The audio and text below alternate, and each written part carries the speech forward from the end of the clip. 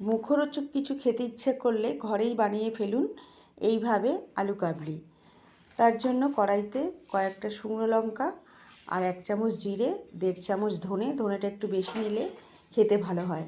তার জন্য শুকনো খোলায় ভেজে গুঁড়িয়ে নেব। আর এখানে 3টে সেদ্ধ করা আলু নিয়েছি।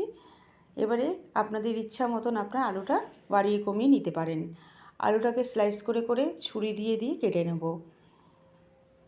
এইভাবে পুরো দোকানে যেমনভাবে করে ঠিক সেইভাবেই আমি কেটে নিচ্ছি। তো এইভাবে কেটে নিয়েছি, সব কটা আলু কাটা হয়ে গেছে।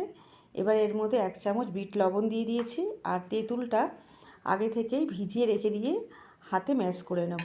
আর দিয়ে দিলাম কোচানো পেঁয়াজ, ধনেপাতা কোচানো, পেঁয়াজ কোচানো, টমেটো কোচানো, শসা কোচানো আর কাঁচা লঙ্কা কোচানো সব দিয়ে দিলাম মিক্সি বোলের মধ্যে। আর দিয়ে দেব 1 মুঠো কাঁচা ছোলাটা আগেই ভিজিয়ে রেখেছিলাম। আর দিয়ে দিয়েছি বাদামটা স্কিপ করে গেছে।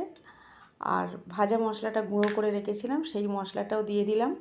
আর তেঁতুলের যে রসটা রেখেছিলাম সেইটাও দিয়ে দিলাম, পুরোটাই দিয়ে দেব। দিয়ে এবারে চামচ দিয়ে মিক্স করে নেব একসাথে। মাঝে মাঝে এরকম মুখরোচক বিকেলে খেতে কিন্তু ভালোই লাগে। আমরা দোকানে মাঝে মাঝে যেতেও পারি না, সময় হয়ে ওঠে না, কিন্তু ঘরে যদি এইভাবে করে সবাই মিলে খাওয়া যায় তো মন্দ হয় না।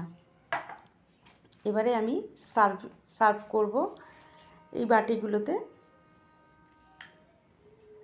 তো এইভাবে বানিয়ে দেখুন বন্ধুরা, কত সুন্দর হয় এবং খুব তাড়াতাড়ি হয়ে যায়। খেতেও কিন্তু অসাধারণ লাগে, টক ঝাল মিষ্টি দারুণ। এর ওপর দিয়ে ঝুরি ভাজা ছড়িয়ে দিলেই তৈরি হয়ে গেল আজকে আলু কাবলি। তো বন্ধুরা, আজকের রেসিপিটা যদি আপনাদের ভালো লাগে প্লিজ একটি লাইক, শেয়ার, কমেন্ট করবেন আর সাবস্ক্রাইব করে আমার পাশে থাকবেন।